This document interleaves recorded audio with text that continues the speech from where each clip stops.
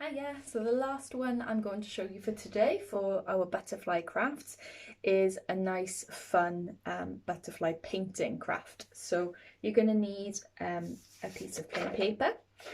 You're also going to need some water that you can dip your paintbrush into to give it a little bit of a wash. And you're of course going to need some paints. Now you can use a few different colour paints if you like. I've just got some of my favourite colours here today. So I've just got some turquoisey greeny colour and some orangey colour paint. But you are more than welcome to use lots of different colours if you would like. The only thing that they need to be is nice and runny. Okay, so you need to make sure that they will be able to print correctly onto the paper. So the first thing we're going to do is take our paper and we're going to fold it in half. Okay, so just like this. Also a good idea to put down some newspaper or magazine pages onto your working surface just to make sure that you don't get any paint onto anything else. I'm going to fold it in half and then I'm going to open it up. And what I'm going to do is I'm going to treat the fold in the paper as the middle of the butterfly's body. Okay, so I'm going to treat that as the butterfly's body. I'm going to use my green paint to paint that butterfly body right down the middle there. So you want to make sure there's plenty of paint on your page. You don't want it to be dry. For this to work, there needs to be quite a lot of paint. It needs to be quite wet. So don't be too shy with how much paint you put on. Just kind of slap it on there, and hopefully that will mean that we get a decent print out of it. Okay, and I'm also going to add in one single antenna as well for my butterfly. Okay, cool. Next, I'm going to start to paint in my wings. So we're just painting on one half of the page here, so the other half stays completely blank. So I'm printing on one wing here. Nice and big, plenty of paint on my page. Okay, and I'm going to do the lower wing as well. Cool.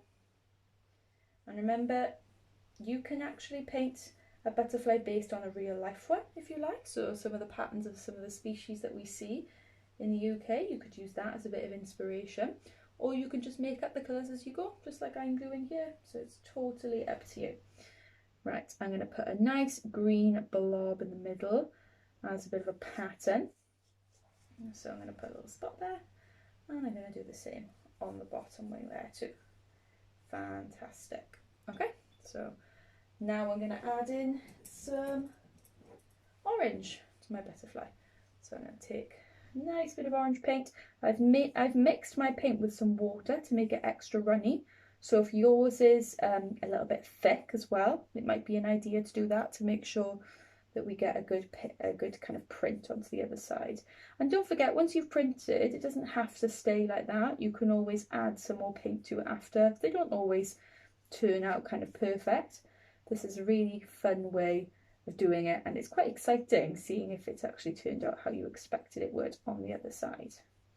So I'm going to put plenty of my watery orange paint onto my butterfly wing just here. There we go. If you don't have plain white paper, you can use card.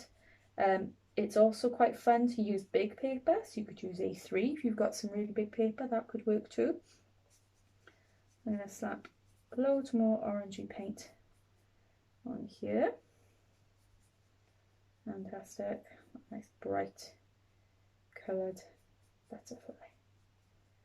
Lovely. So the idea is now when I am finished, as long as my paint is nice and wet, when I fold my page back in half again, the exact same pattern should appear on the other side. So that's what I'm hoping for. And that creates like a really nice symmetrical butterfly, so one that's really equal on both sides. Okay, nearly done. I'm just going to make sure it's nice and wet by dabbing a bit more in a few places, just to make sure that I definitely get an awesome print out of this. There we go. And a little bit more green in some of the places that I think might have dried up while I was doing my orangey bits.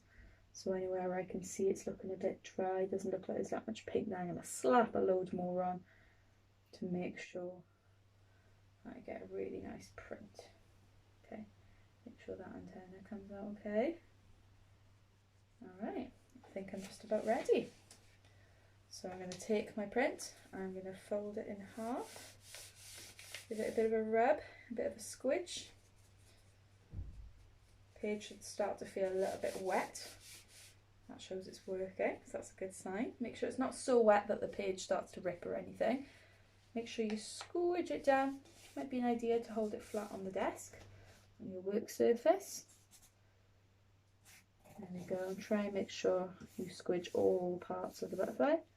And then when you're ready, you can open it up and you should get a bit of a print. So you get the two sides, should be copied on either side, and then you've got your butterfly. Now that I've got my basic butterfly, I can always add in some more bits to it if I like. So any bits that might not have come out in the print, I can fill in with my paintbrush now. And now that my general print is done, I can always add in some more details if I like. I can add in little feelers to the end of my antenna maybe. I could also add in some extra patterns, some extra colours, whatever you like. So I can be as creative as you want with this. But once you've got that main print, that makes things much easier, and it's a really fun way of doing it. So there we have it, our butterfly prints. Hope you have fun with it, and I look forward to seeing all of your lovely creations. Thank you very much.